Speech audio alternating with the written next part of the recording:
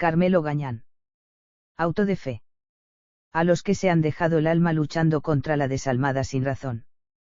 1.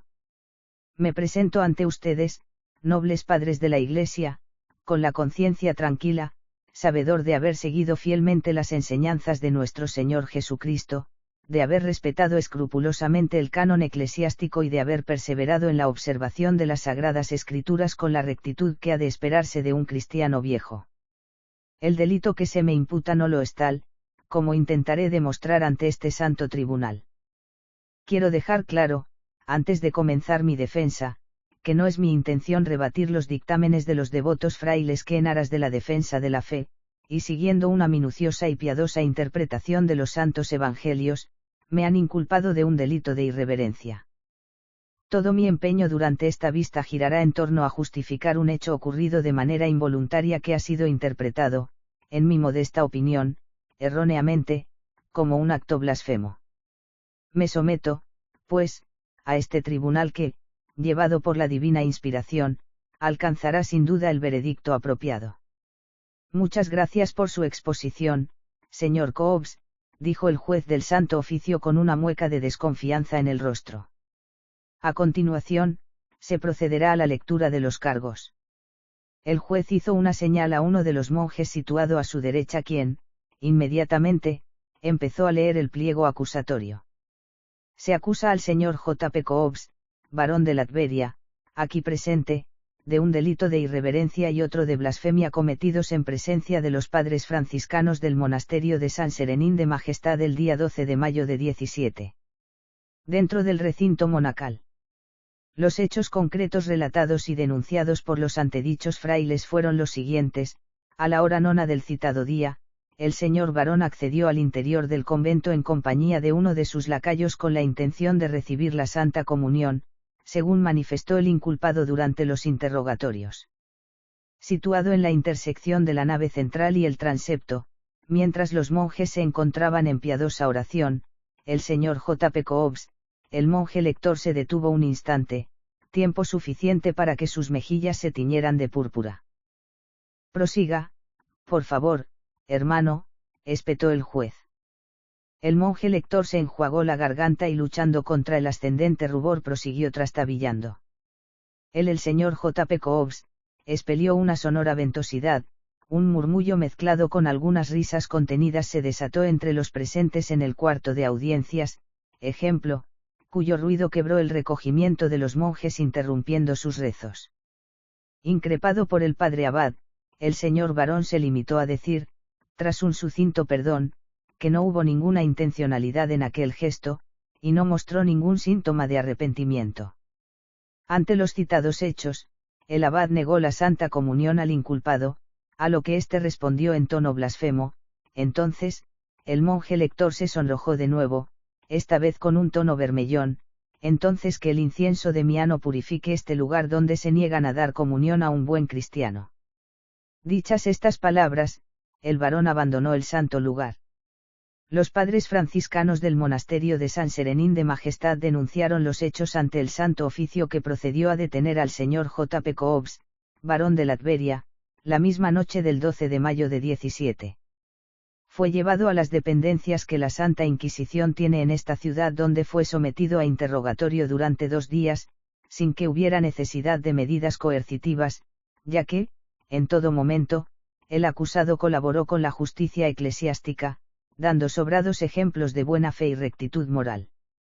¿Está de acuerdo con la acusación leída, señor Cobbs?, preguntó diligente el juez. Completamente, dijo Cobbs con absoluta serenidad. ¿Desea añadir algo más a su declaración en esta audiencia previa a la lectura pública de su sentencia durante el auto de fe? Nada, de momento. Le recuerdo, señor Cobbs, que este es el momento de poner en claro su opinión, o de desarrollar su defensa.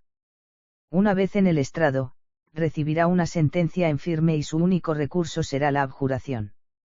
Estoy al corriente de la mecánica del proceso y no tengo nada más que añadir, dijo el varón con contundencia, considerando más prudente esperar un mejor momento para rebatir los hechos. De acuerdo, señor Cobbs. Siguiendo las normas establecidas por el Tribunal del Santo Oficio, le serán asignados 2 sacerdotes que le asistirán en todo momento, puede encomendarse a ellos en caso de necesitar apoyo moral o si deseara realizar una nueva confesión, aunque ésta solo servirá para reconocer su arrepentimiento, nunca para cambiar la sentencia. Hizo un gesto a 2 alguaciles que custodiaban la puerta del cuarto. Se le atarán las manos y se le conducirá a los graderíos de los acusados, donde esperará su turno. Los alguaciles maniataron al varón y se retiraron de nuevo a su posición. 2 capellanes vestidos de negra sotana con sobrepelliz blanco le escoltaron hasta la puerta de las celdas de la audiencia, santiguando el aire, orando sin interrupción y añadiendo mecánicamente algún que otro «hay algo que podamos hacer para reconfortar su alma, hermano». Cobbs no contestó, pero los curas repetían una y otra vez su ofrenda intercalada en un rezo infinito que más parecía gorgojeo de cuervos que cristiana oración. Las celdas, construidas ex profeso para el acto público, estaban situadas en los bajos de una enorme plataforma de madera. Allí se realizaban las audiencias de los acusados con causas pendientes antes de ser trasladados al escenario del auto, situado sobre sus cabezas. Reos recogidos de todas las cárceles de la provincia y otros territorios iban a convertirse en actores forzados de aquel teatro, para hacer las delicias de los asistentes y reafirmar el poder y la grandeza de la Iglesia en uno de los más grandes procesos de los últimos años. «Hay algo que podamos hacer para reconfortar su alma, hermano», repitió por enésima vez uno de los capellanes mientras subían por las escaleras del escenario. «Tal vez un poco de silencio me haría bien, santos padres». 2. Habíase construido para el evento un gigantesco tablado en la plaza mayor de la ciudad. El entarimado que formaba el teatro del auto de fe era capaz de albergar a más de 200 personas distribuidas en 3 graderíos, dejando libre la parte frontal. Alrededor de este escenario, los balcones de los edificios colindantes daban cabida a otras 300 personas. Separados de la parte delantera del recinto mediante una valla de madera, cientos de ciudadanos apiñados contemplaban el acto. Los soldados de la fe, voluntarios escogidos entre los familiares del Santo Oficio, se interponían entre la multitud y el teatro inquisitorial.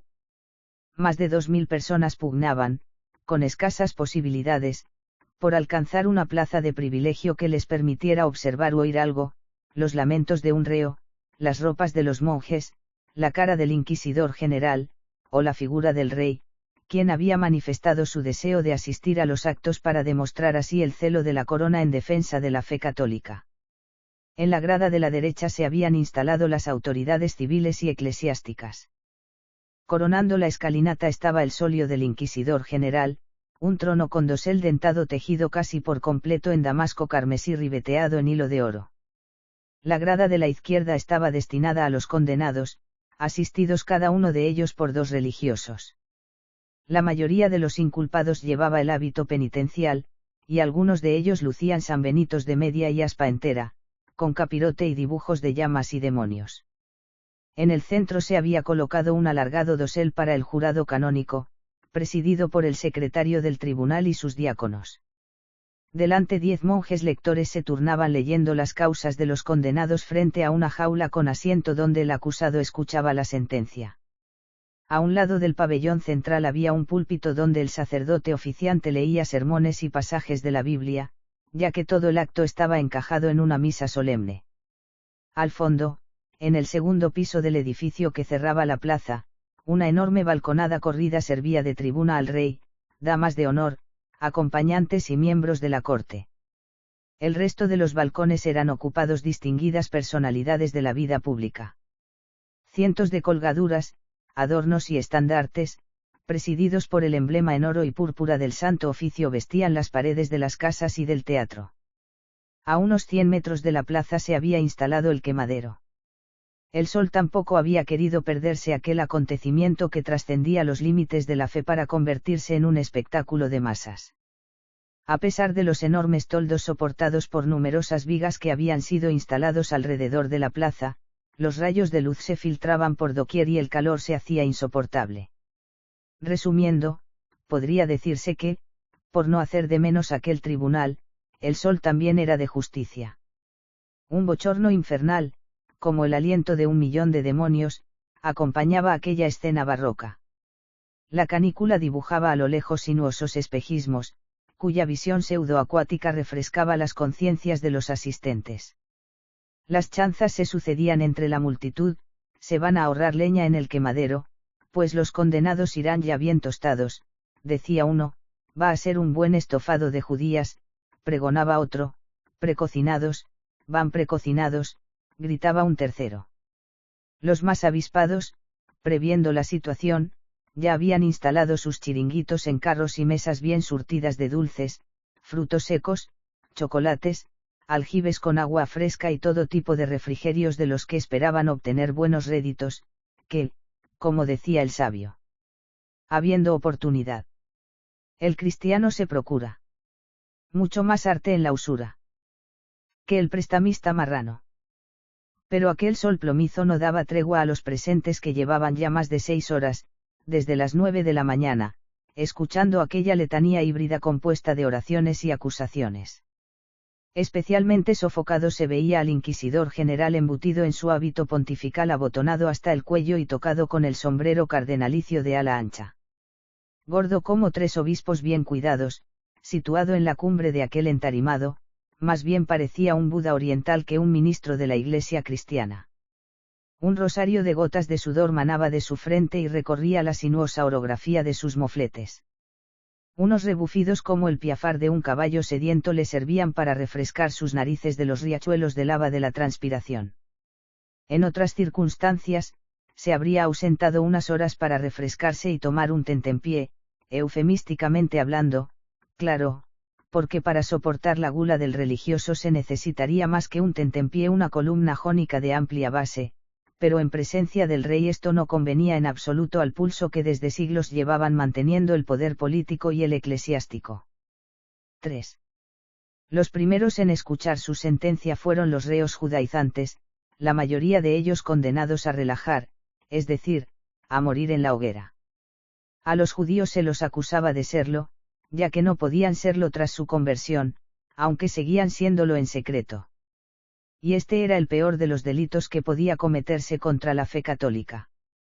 La Inquisición dedicaba toda su energía a combatir la obstinación judaica, más que por temor a que su herejía se diseminara, por los pingüis beneficios que la confiscación de los bienes reportaba a la Iglesia. Todos los reos acusados de sionismo llevaban sanbenitos, capirote y hábito corto con dibujos de llamas, demonios y otros toques propios de la encendida imaginación inquisitorial, y aquella imagen daba un aspecto más circense que teatral al espectáculo. Si abjuraban de su fe podían convertirse en cristianos bajo sospecha, estigma que pasaba de generación en generación, porque ni siquiera la bendición apostólica era buen detergente para limpiar las impurezas de la sangre. Uno de los condenados estaba acusado por reiteradas ausencias a los oficios del sábado, lo que le hacía sospechoso de renuncia a la fe. En los interrogatorios se demostró que un bisabuelo de su bisabuelo había sido condenado a relajar, y al parecer la semilla podrida aún no había sido extirpada de la familia. Coincidía que el acusado era poseedor de una más que modesta hacienda con fértiles terrenos en los que la Iglesia no tuvo ninguna objeción para sembrar cuando pasaron a su poder. Toda la argumentación eclesiástica venía avalada, eso sí, por los textos de los doctores de la Iglesia, especialmente Tomás de Aquino. Después les tocaba el turno a los acusados de otros tipos de herejías, con abjuración de levi para los delitos menores, de vehementi para los más graves y en forma para los más obstinados. A este grupo pertenecían los alumbrados, ilusos, alucinados, acusados de practicar un misticismo heterodoxo fuera de lo admitido por la Iglesia. Estos lo tenían más fácil para cambiar leña por palos, es decir, hoguera por azotes, si abjuraban de sus visiones disparatadas.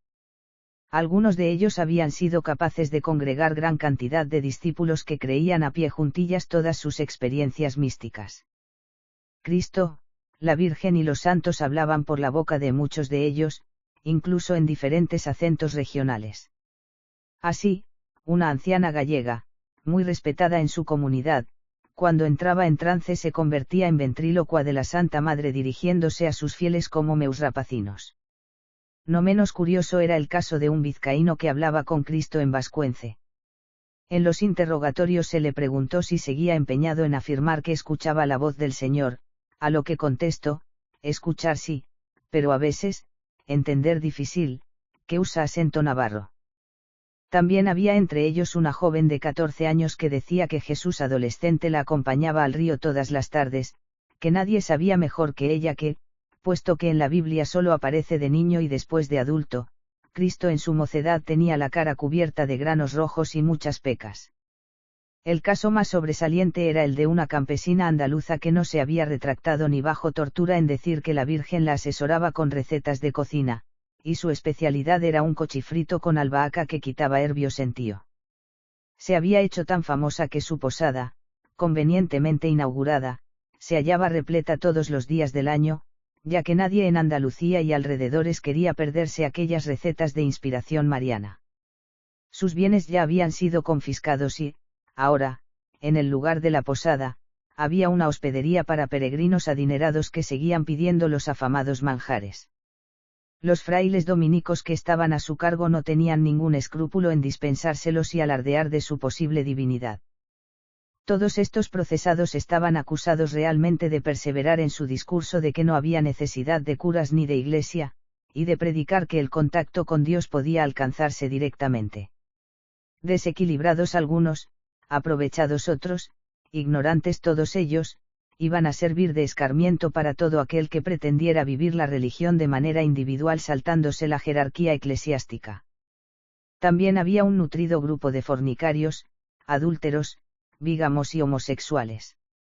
La conducta sexual no escapaba al control inquisitorial, en especial aquellas actividades consideradas contra natura. El más destacado era el caso de un labriego acusado de bestialismo. En el acta de acusación podía leerse: encontrábase el inculpado en los bancales de las afueras del pueblo, con el pantalón a la altura de las rodillas, intentando encaramarse a los cuartos traseros de una mula. Ante la mirada atónita de dos de sus vecinos, que observaban sus sospechosos movimientos desde un seto cercano, el acusado perpetró acto contra natura en las carnes del animal, no una sino hasta 4 veces, tras lo cual, exhausto, se apeó, instante en el que la bestia le propinó una fuerte coz en mitad de sus vergüenzas. Fue, como se ha dicho, acusado de bestialismo y sus delatores de sodomía por no poder explicar qué hacían 2 varones adultos agazapados tras un seto. Así hasta un total de 87 reos. Completaban la lista una anciana acusada de hechicería y 25 condenados en efigie. A la vieja se la encontró culpable de realizar encantamientos y sortilegios mediante cocciones de hierbas, de preparar filtros y figuras de cera para lanzar maleficios, de convocar tormentas para asolar los sembrados y de haber pactado con el diablo para prolongar su vida a cambio de hacer el mal, puesto que frisaba los 90 y padecía una enfermedad incurable desde los 20. Esta condena era, sin embargo, puramente testimonial, ya que las brujas habían dejado de preocupar a la Inquisición, que probablemente veía más rentable la persecución de otras causas. Los condenados en efigie representaban a reos fugados de las cárceles inquisitoriales o que habían muerto durante los interrogatorios.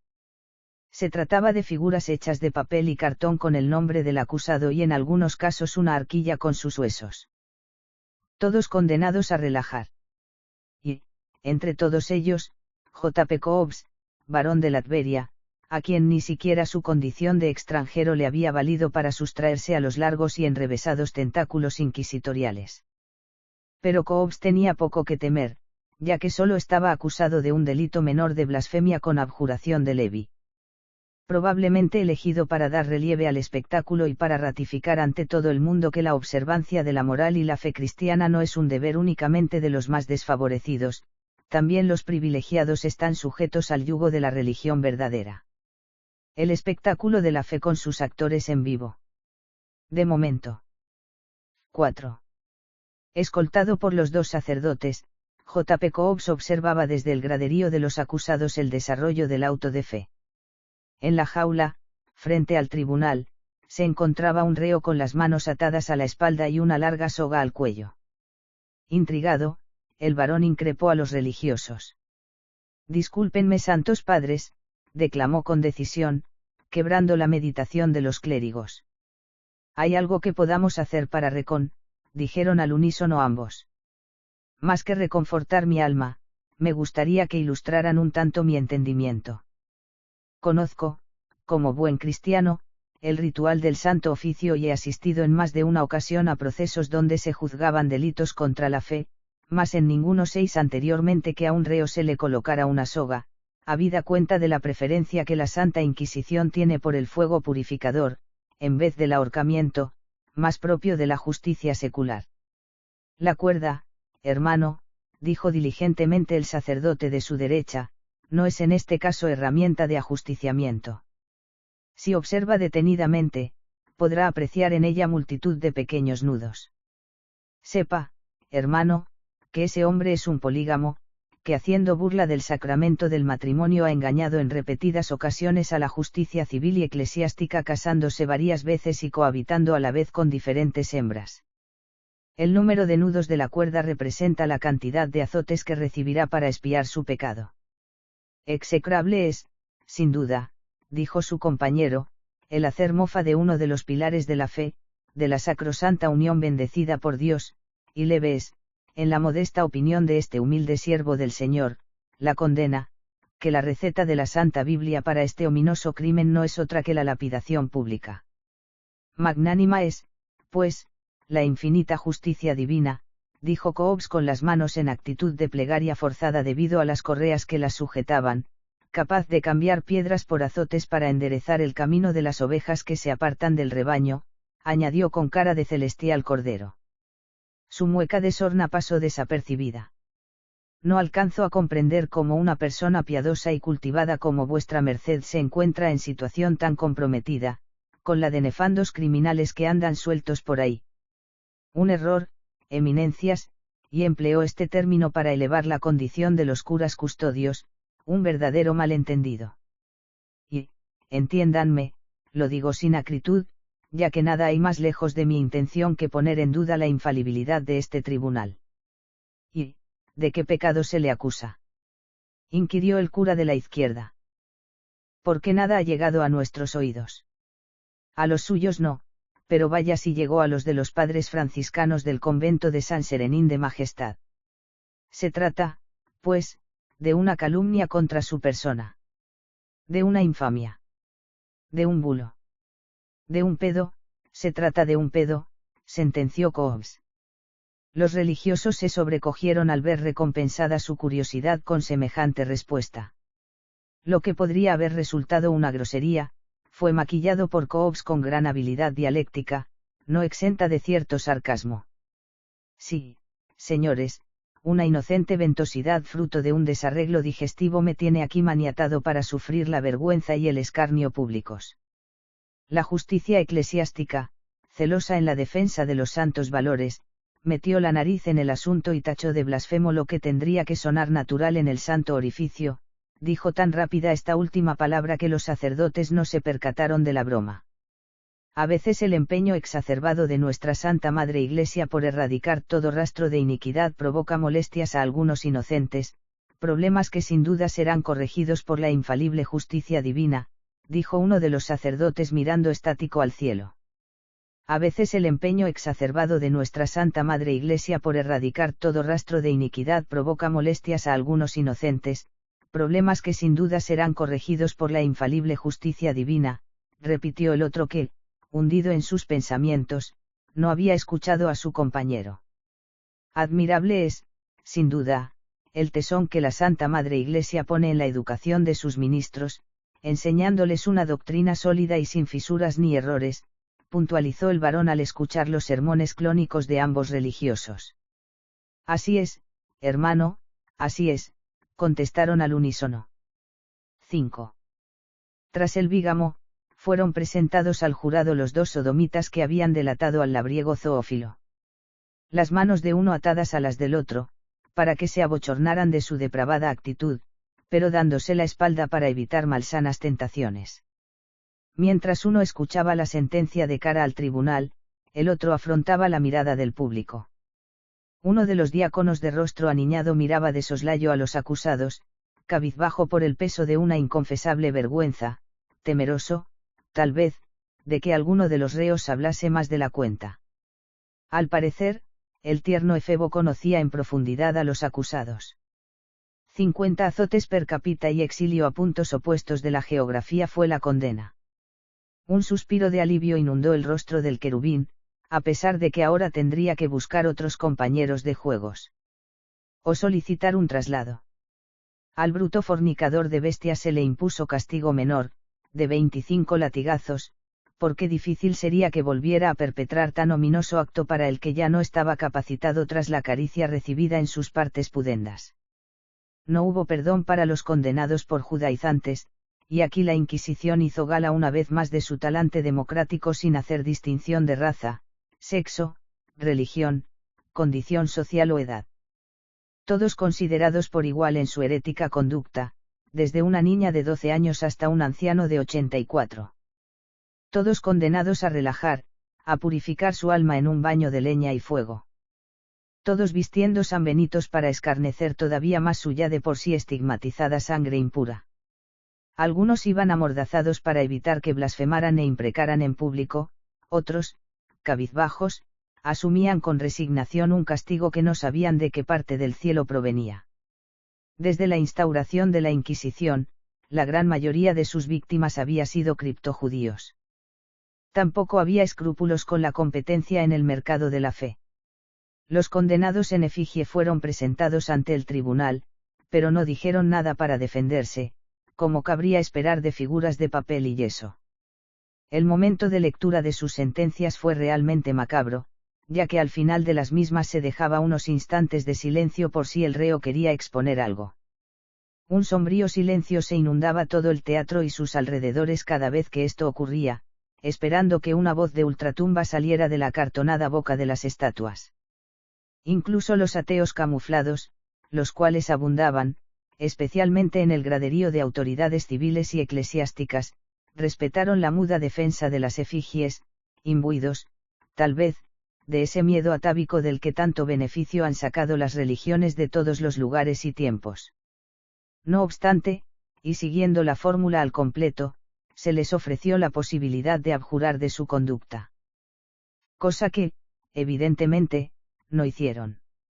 Entre grupo y grupo de penados, el cura oficiante leía unos pequeños pasajes de la Biblia, siempre relacionados con el amor y la misericordia divinas, palabras que servían de contrapunto a las atrocidades relatadas durante la vista.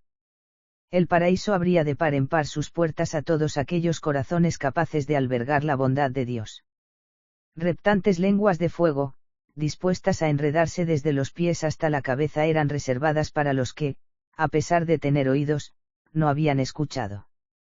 Algunos reos se desmayaron al conocer su condena, otros empezaron a gritar histéricos, momento en el cual el bien adiestrado sacerdote elevaba sus cantos al cielo coreado por los cientos de asistentes, eclipsando aquellos lamentos que tanto dañaban las almas de los que decían no haber pecado.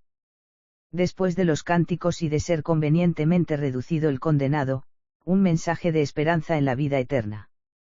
La crueldad diluida en agua bendita. 6. Con el sol fustigando la piel de los asistentes a aquel improvisado coliseo donde los cristianos habían invertido su rol, llegó el turno de J. P. Cobbs, barón de Latveria. Serían aproximadamente las 5 de la tarde de aquel tórrido mes de julio cuando el secretario del tribunal pronunció el nombre del aristócrata. Su eclesial escolta le indicó, con una reverencia, el camino del estrado. Descendieron las gradas y, una vez en el centro del escenario, el barón, haciendo gala de su condición principal, se colocó con la altivez propia de su recio abolengo frente al tribunal. Miró hacia la balconada y saludó al rey con un breve movimiento de cabeza, gesto que el monarca imitó ceremoniosamente devolviendo la cortesía. Bajó la cabeza hasta encontrar la mirada del secretario general, dejando de esta forma claramente establecida la posición jerárquica donde se encontraba cada cual. A su izquierda, en lo alto de la grada oeste, estaba sentado el inquisidor general, recibiendo de lleno los vespertinos rayos solares. Se hallaba recostado en su cátedra en una postura no muy decorosa pero inevitable. La sotana, empapada de sudor, había perdido su púrpura original para teñirse de un granate pálido. La botonadura de la zona abdominal empezaba a ceder ante la presión de las eminentes carnes y dejaba entrever retazos de la ropa interior de su excelencia. Sus bufidos se habían acelerado considerablemente. El inquisidor general hacía tiempo que no inquiría, como tampoco lo hicieron sus predecesores durante los últimos 120 años. Se limitaba a dar boato con su presencia a los actos públicos importantes y a firmar las actas generales. Pasaron ya los tiempos de los Adrianos, Torquemadas y Delandes, con sus enrevesadas preguntas capaces de desmontar los propios axiomas de la lógica dialéctica. Hizo un gesto cansino con su mano derecha para indicar que comenzara la lectura de la sentencia. Señor barón, comenzó el secretario con una deferencia impropia de su cargo, se presenta usted ante este santo tribunal para escuchar la sentencia que se le impone por un delito de irreverencia y otro de blasfemia. Hizo un gesto al monje subalterno de su derecha que resultó ser el serafín que había flirteado visualmente con los dos delatores emboscados. Empezó a leer, no sin cierta cadencia en el gesto y siseo en la palabra.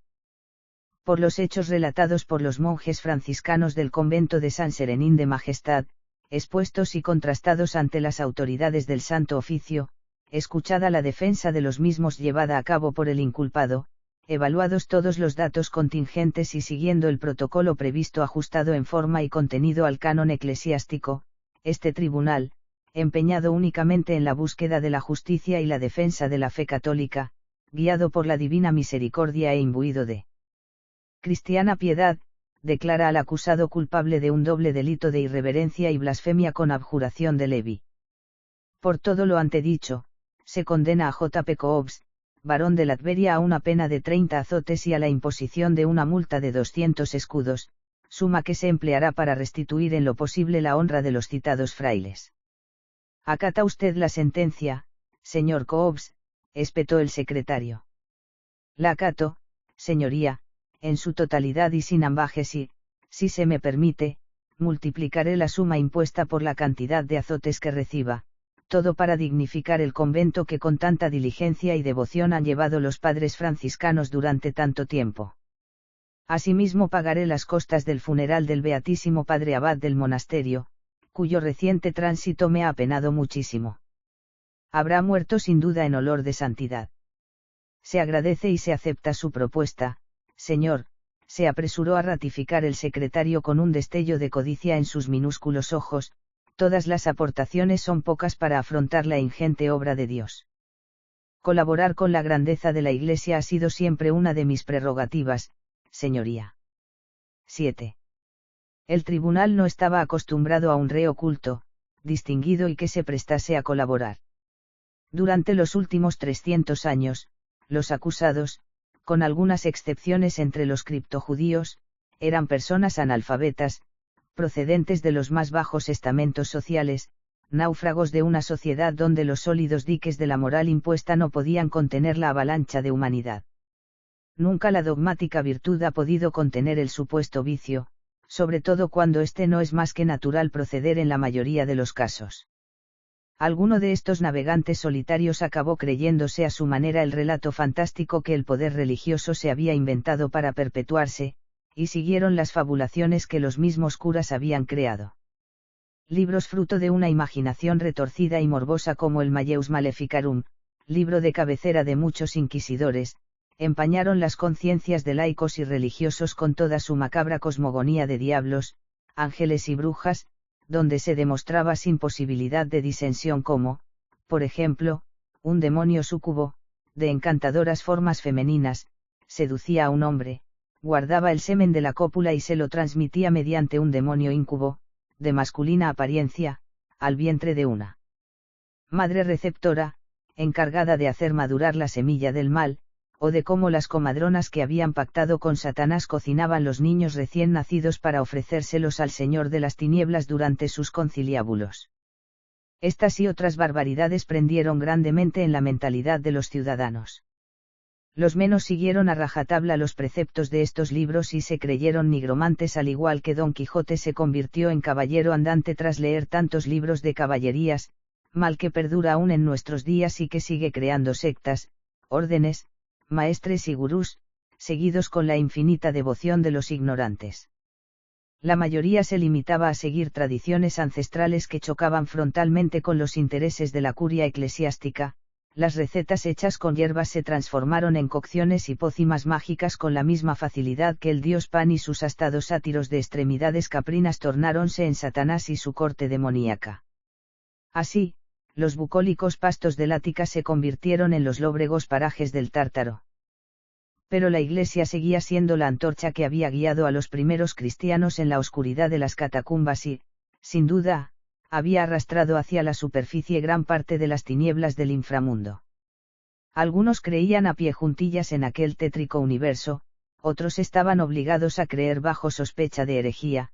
La duda es suficiente condena en opinión de una Iglesia que no predica banalidades. Solo la fe te hará, o te dejará, libre. Pero vislumbrándose los primeros centelleos de lo que daría en llamarse el siglo de las luces, la razón empezaba a ganar terreno a los monstruos que acechan tras el velo del oscurantismo, y apenas eran ya sostenibles aquellas condenas fantasiosas. Las brujas, la superstición, la hechicería ya no hacían buena leña para avivar el fuego de la fe. Había que buscar otras víctimas más propiciatorias, otros males que amenazaran la armoniosa convivencia en los valores cristianos.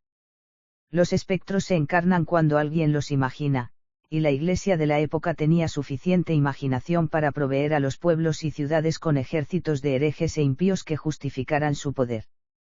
Sin embargo, el caso de J. P. Cobbs era singular, un aristócrata de renombre, respetado y admirado y que jamás se había embarcado en conspiración alguna. Su presencia allí era testimonial, un mero instrumento para ejemplarizar a la plebe, el contrapunto necesario para resaltar la clemencia del Santo Oficio y mitigar un poco las atroces decisiones en los otros casos juzgados. Cobbs sabía todo esto y estaba dispuesto a sacar provecho de la situación. 8. Entonces, empezó el secretario, ¿se arrepiente usted de la ofensa cometida y está dispuesto a abjurar? Estoy dispuesto si antes se me permite explicarme. Le recuerdo, señor barón, que el momento de su defensa ha pasado, que su sentencia es firme e inmutable, y que se le conceden estos momentos para abjurar de su actitud, no para explicar ningún hecho ya juzgado. Cobbs levantó la cabeza. Su apolínea estampa contrastaba con la miserable figura del secretario, reclinado sobre su bufetillo. Como un tordo sobre una mazorca de maíz repiqueteaba con su pluma sobre varios pliegos de papel azafranado. Su nariz, ligeramente aguileña, sus desordenadas cejas y sus minúsculos ojos semi-escondidos tras los anteojos, encajaban perfectamente con su rango cetrero, estancado en el cargo y sin posibilidad de alcanzar los altos cielos reservados a las águilas. La mirada de Cobbs voló sobre el pabellón central hasta encontrar el palco real. El rey miró al inquisidor general. El inquisidor general piafó un par de veces y después hizo un gesto con su mano derecha al secretario general. El secretario descifró el código y prosiguió. Pero dado que usted ha demostrado gran predisposición y ha colaborado extensamente con este tribunal, se le concede la palabra. Gracias por su consentimiento, dijo con cierta sorna enfatizando el su. Quiero puntualizar ciertos detalles sin ánimo de poner en entredicho la sabiduría y el acierto de este preclaro tribunal, y acepto la condena que se me impone, pero me gustaría que mi honra se viera exenta de toda la humillación a la que sea sometida mi persona. Los hechos acontecieron tal como se han formulado, pero es en los matices donde reside el malentendido. ¿Niega usted la infalibilidad de este tribunal? Ni mucho menos. Mi intención es solo complementar, en aras de la verdad, lo acontecido. Observe que he dicho malentendido y no error, palabras de distinta categoría semántica. El error puede conllevar un cierto desconocimiento de la realidad y, como usted sabe, la ignorancia no exime de la culpa, ya que todo buen cristiano debe conocer los sagrados preceptos. La palabra malentendido no comporta desconocimiento del hecho por ninguna de las partes, es simplemente una visión diferente del mismo suceso. ¿Cuál es la suya entonces? Verdad es que el día citado, yo, acompañado de uno de mis sirvientes, entramos en el convento con intención de recibir la Santa Comunión, y cierto es, que en mitad de la iglesia, recinto tan sagrado como en el que estamos, debido a un problema de incontinencia crónico que vengo padeciendo desde mi mocedad, acrecentado por una leve corriente de aire que se filtraba por una de las vidrieras, expelí, sin poder evitarlo, una ventosidad, cosa que no pude evitar. El acto fue, por tanto, más inconsciente que volitivo debido a la inercia de un comportamiento repetido durante tantos años. La afrenta de la que se me acusa no es más que una respuesta automática, refleja, como la falta de conciencia que se tiene de la propia respiración. ¿Acaso deja un asmático de respirar cuando entra en un lugar en el que reina el silencio? Tal vez su sibilante respiración disturbe a los presentes, pero no por ello es culpable de quebrar la paz del lugar, quizás responsable muy a su pesar, pero no culpable porque no existe ninguna intencionalidad en su comportamiento. No estaba en mi ánimo romper con la solemnidad del sacrosanto lugar. Fue, como digo, un hecho involuntario. Sin embargo, uno de los monjes afirma que, tras ser arrebatado de su introversión, le vio a usted en una posición de nalga supini, inequívoca postura que delata intencionalidad. Murmullos mezclados con risas, algunas de ellas regias. Razón no le falta al decir que tras el hecho detonante de esta situación me seis obligado a esta pequeña genuflexión. El cerrar los ojos, hinchar los pómulos y levantar levemente el talón no demuestra ni mucho menos intencionalidad y es sin duda un reflejo espasmódico que ayuda a ejecutar el acto. Las risas se tornaron en sonoras carcajadas. Quis utillie emanat, cum deflagratio non disturbat. Aquel trueno cuando resolverse puede con una ligera brisa. Craso error que, si bien evita públicas molestias, es el causante de intolerables males, que ya aparece sentencia en el manual Pro Crepitus Ventri diciendo que en evitando su sonoridad, produce el viento desarreglos de las entrañas, cuyas internas paredes palian su furia no sin mengua de su función y daño en su estructura. Es pues recomendable la eyección explosiva que aunque molesta, es más sana y liberadora que la de la sibilante bufa. Enormes risotadas inundaron los graderíos.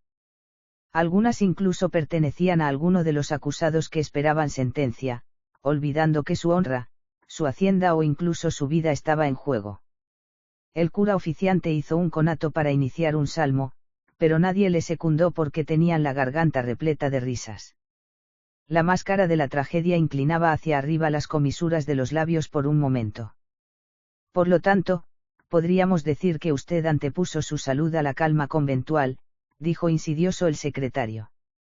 No, señoría, solo he tratado de hacer una modesta réplica de sus palabras. Siguiendo con el ejemplo de la respiración, ¿somos acaso conscientes de los movimientos del diafragma? Creo, humildemente, que todo el hecho debe interpretarse en su conjunto. No hubo, pues, voluntad de afrentar a los padres y creo que si alguno de los presentes comparte mi dolencia lo entenderá perfectamente. Cobbs recorrió todo el arco visual frente a él, desde su derecha, donde en las gradas los acusados veían en él una especie de héroe capaz de poner en su sitio a la mismísima Inquisición, pasando por el sacerdote que no sabía si arrancar con un cántico para eclipsar el creciente barullo, luego por el rey que sonreía conocedor de la elocuencia del varón, por todos los caballeros que no osaban contradecir la sonrisa monárquica, por la córvida cara del secretario que sabía bien de la mordacidad del lenguaraz varón, hasta llegar al cándido rostro del frailecillo Sarasa a su izquierda que le contemplaba con las pupilas dilatadas y las manos en piadosa unión cubriendo su probablemente también dilatada entrepierna. Al final de los 180 grados de recorrido, su mirada recaló en el inquisidor general. Cobb sabía que él sí le entendía. Su horondez, fiel aliada de la fuerza gravitatoria, empezaba a deslizar su búdica barriga fuera de la silla para recibir de plano toda la fuerza de un sol más pertinaz que alguno de los condenados.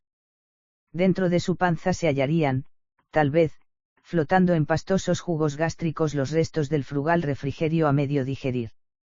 Ahora era una caldera viviente atizada generosamente por un fuego contumaz.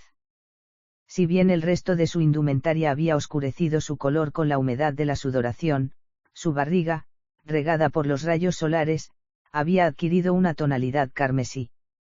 Los dorados botones destellaban sobre su curva abdominal como perlas incandescentes. Le hubiera gustado al religioso cambiar su apariencia de Buda por la de Siva, la de los múltiples brazos, para mejor darse aire. El bufido ahora era continuo y los arcos de las cejas presionaban el puente de la nariz en un intento de contener el huracanado vórtice que se estaba fraguando en sus entrañas. Cobbs examinó su rostro una vez más, sabedor de que la presión incrementa la temperatura y favorece el cataclismo. 9. Niega usted, señor barón, continuó el secretario, haber dicho frase blasfema cuando el abad del monasterio le reprendió por su comportamiento. No niego haberme dirigido al abad en ciertos términos que el reverendo padre consideró blasfemos. Le ruego, señor Cobbs, que conteste a mis preguntas con un sí o un no y no con no digo que no u otro tipo de ambigüedades. La frase, que el incienso de mi ano santifique este lugar donde se niegan a dar comunión a buen cristiano, es, en su opinión, blasfema, habida cuenta que el lugar no era otro que un monasterio. No, no lo es, a menos que la poesía lírica sea blasfemia. ¿Pretende usted elevar la grosería a la categoría de arte? Ni mucho menos, ya que no se trata de ninguna rima grosera, sino de unos versos de nuestro admiradísimo vate don Luis de Vélez y Cervera, pertenecientes a su obra El peregrino de la verdad, ejemplar novela, espejo de la virtud y moral cristianas. Sin embargo, usted sacó de contexto la frase interesada para insultar la santidad del lugar. En ese caso el citado libro, hoy patrimonio de la humanidad y que con tanta devoción atesora la Iglesia como ejemplo de la correcta orientación que la literatura laica debe tomar, debe considerarse a sí mismo injurioso. Las sectas heréticas como los seguidores de Calvino también hacen acotaciones de la Santa Biblia, dando a su texto sagrado un significado impío. No creo que deba acusárseme de apostasía cuando solamente me limité a seguir fielmente las enseñanzas del citado libro y, dado que el caso era similar al relatado en una de las estrofas donde a un devoto peregrino se le niega la Santa Comunión, traté de recordárselo así al abad que no admitió mis disculpas a pesar de haberle explicado la situación como he hecho ante ustedes. ¿Acaso un buen cristiano no merece ser asistido por un ministro de la Iglesia cuando lo solicita? De todos es conocida su facilidad de palabra, señor barón, cambió de tercio el secretario, pero debe saber que el uso desviado del intelecto reviste con apariencia de beatitud hasta la más deplorable malignidad. Y es aquí donde reside el origen de la herejía. Sé que es fácil pervertir el significado de las palabras, y para eso está el Santo Oficio, hizo una pausa, siempre vigilante para que eso no ocurra. El secretario del tribunal era astuto y, a pesar de su limitado poder, no estaba dispuesto a dejarse avasallar por la oratoria del varón. Había en todo ello una especie de despecho, de rebeldía. Viéndose más inteligente que muchas de las nulidades que estaban por encima de él en la jerarquía eclesiástica, se sentía condenado a una vida gris, donde sus esfuerzos apenas se veían recompensados. Convivía en secreto con el peor de los pecados capitales, la soberbia, hija de la inteligencia que en su busca de la verdad se topa con la reptilesca necedad.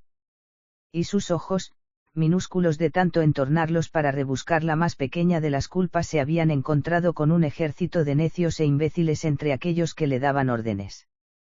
Este era un pulso al que no iba a renunciar aunque todos los reyes e inquisidores del mundo se reunieran en un sínodo para dictarle su actuación.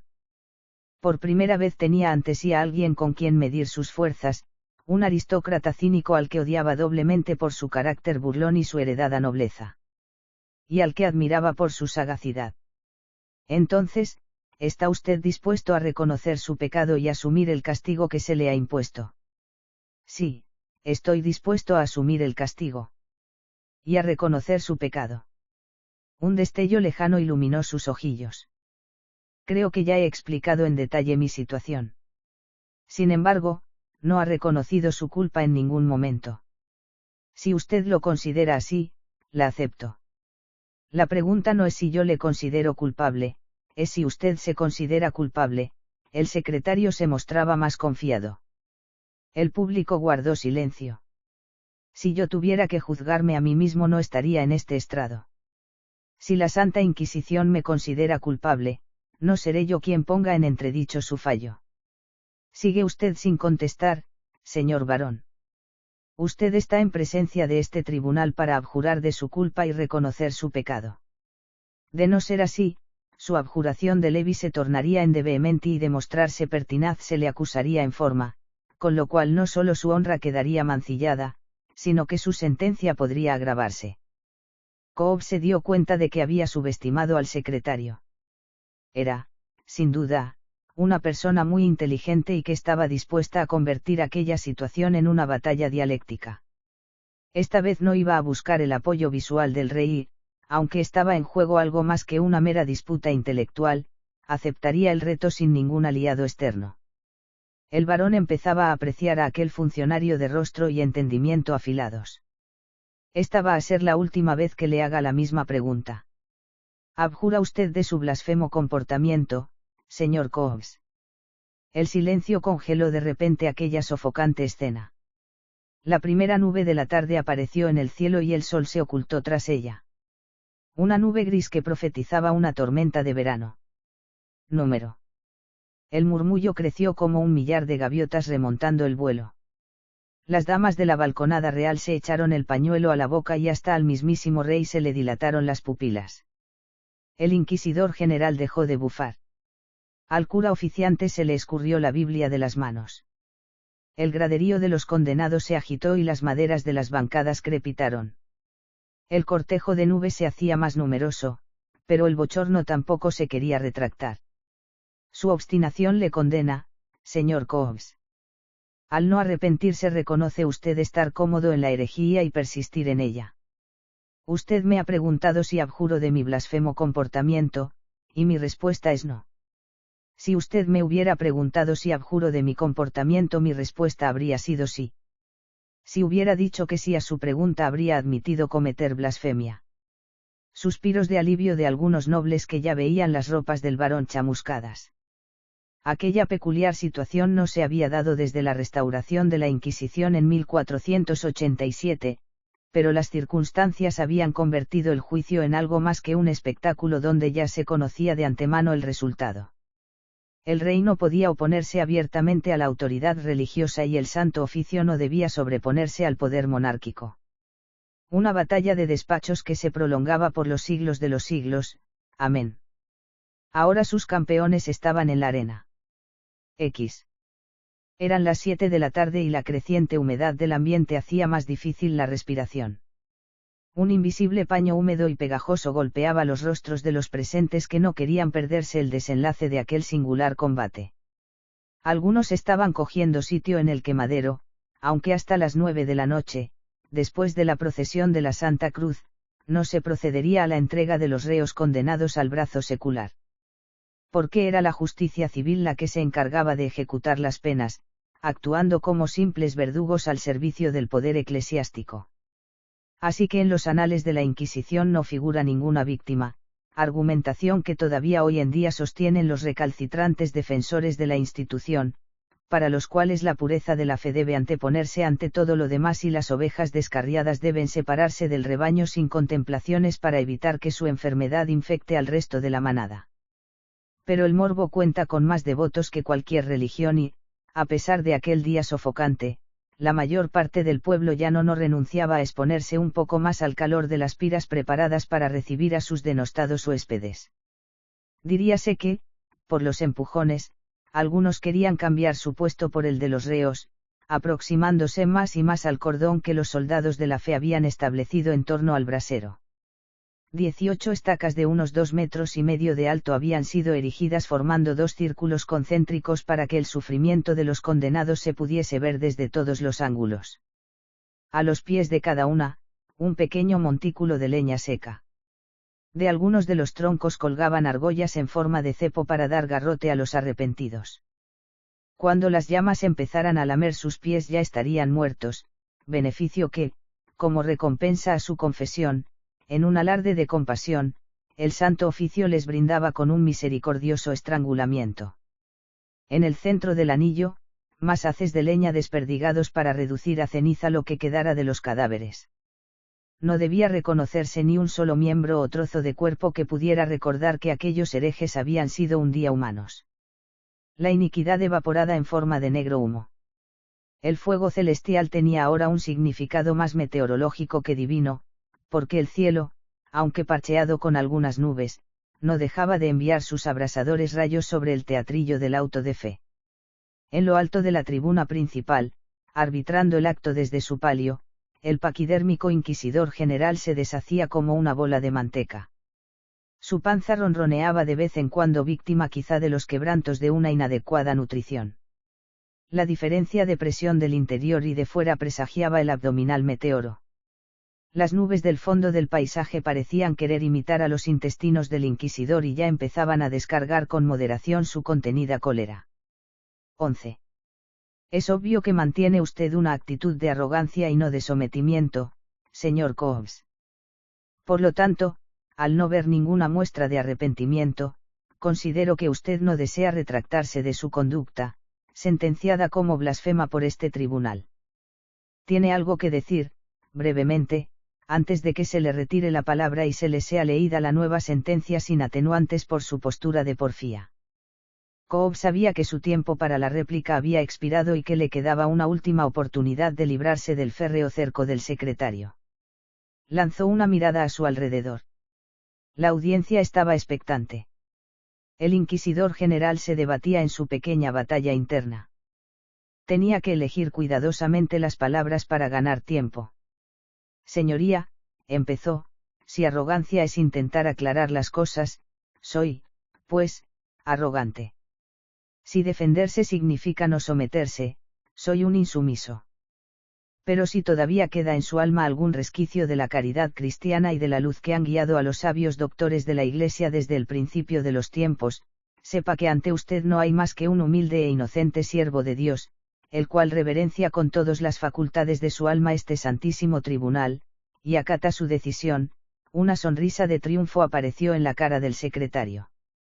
Reconozco públicamente lo inapropiado de mi comportamiento y me arrepiento de ello. El secretario se creció henchido de orgullo.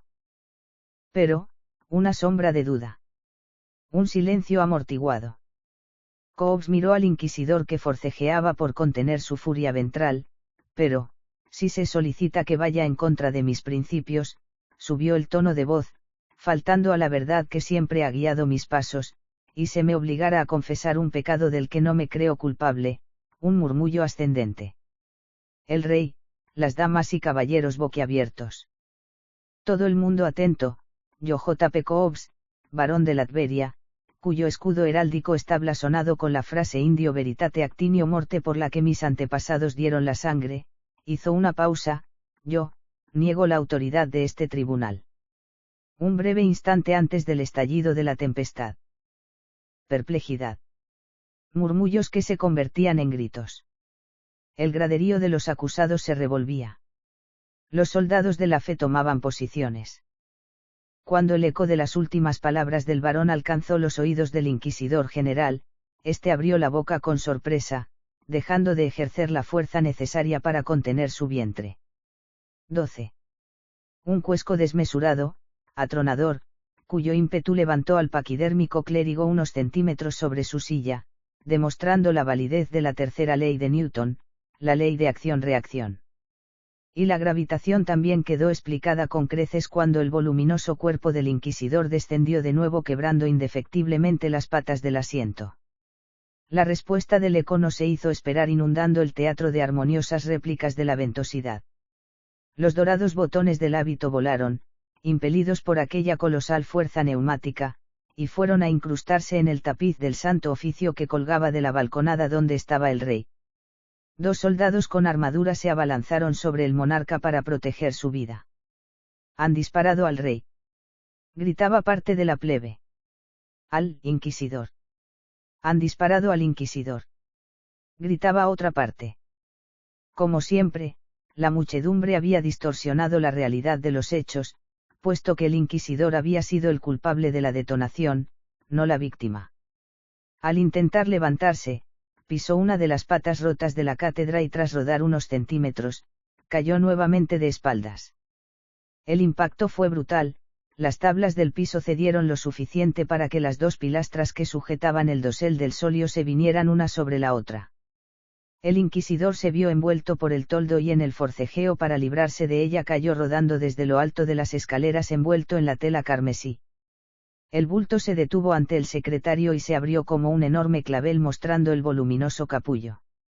Los soldados de la fe no daban abasto, corrían de un lado a otro sin saber qué hacer. En los graderíos de los acusados se produjo una estampida general, los reos corrían para librarse del marcaje de sus curas custodios que, sotana recogida, seguían las evoluciones de sus encomendados, instigándolos a someterse con aceleradas plegarias. Los condenados que esperaban ser trasladados al quemadero desde las improvisadas celdas del sótano del teatro irrumpieron en el estrado como vomitados por las fauces del Averno, los dibujos de demonios y llamas de sus vestidos hacían juego con aquella caótica situación. Se arrancaron los sanbenitos y se entremezclaron con la muchedumbre. El fraile invertido se asía firmemente al costado de uno de sus compañeros con una mano, la otra se hallaba en paradero desconocido. Alguien colocó un capirote en la cabeza del cura oficiante que cantaba salmos acompañándose consigo mismo, estaba declamando algo sobre la torre de Babel cuando un crujido, como la risa de un sátiro burlón, se sobrepuso al barullo circundante. Una de las vigas maestras cedió y el graderío de las autoridades colapsó con estruendo, engullendo de un golpe a la mayoría de las personalidades que allí se habían reunido. Y la caída fue más grave para aquellos que ostentaban las más altas dignidades de la sociedad, ya que para ellos habían sido habilitadas las gradas más elevadas. Los alrededores de la plaza se contagiaron del caos y el desconcierto, con los villanos moviéndose de un lado a otro aleatoriamente, en todas las direcciones, como en un juego de bolos.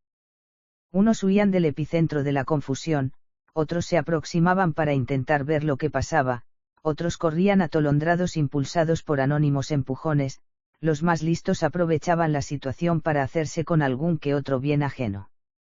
Un chiringuito con refrigerios fue volcado y su género saqueado antes de que llegara a tocar el suelo. Uno de los hornillos de aceite usados para asar pinchos morunos desparramó su inflamado líquido con tal mala suerte que alcanzó uno de los pendones procesionales que estaba apoyado sobre el almacén de encurtidos. El local se convirtió en un infierno en pocos segundos y contagió su demoníaco aliento a los edificios colindantes.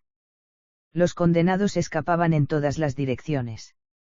El hábito penitencial de alguno de ellos lucía verdaderas llamas en los bajos, más fáciles de apagar de un manotazo que las que tenían reservadas en la pira del quemadero. Probablemente, encontrarían refugio en la casa de algún familiar o tratarían de cruzar los campos hasta llegar a algún puerto y embarcarse para las Américas. Aquel fuego que se había desatado era para algunos realmente liberador, para otros era la propia Inquisición la que había sido condenada a la hoguera. La divina providencia está siempre alerta para intervenir cuando la necesidad apremia. Un estirado cúmulo de nubes grises se acercó velozmente desde el horizonte y descargó un inmenso chaparrón que mitigó en gran medida la voracidad del fuego.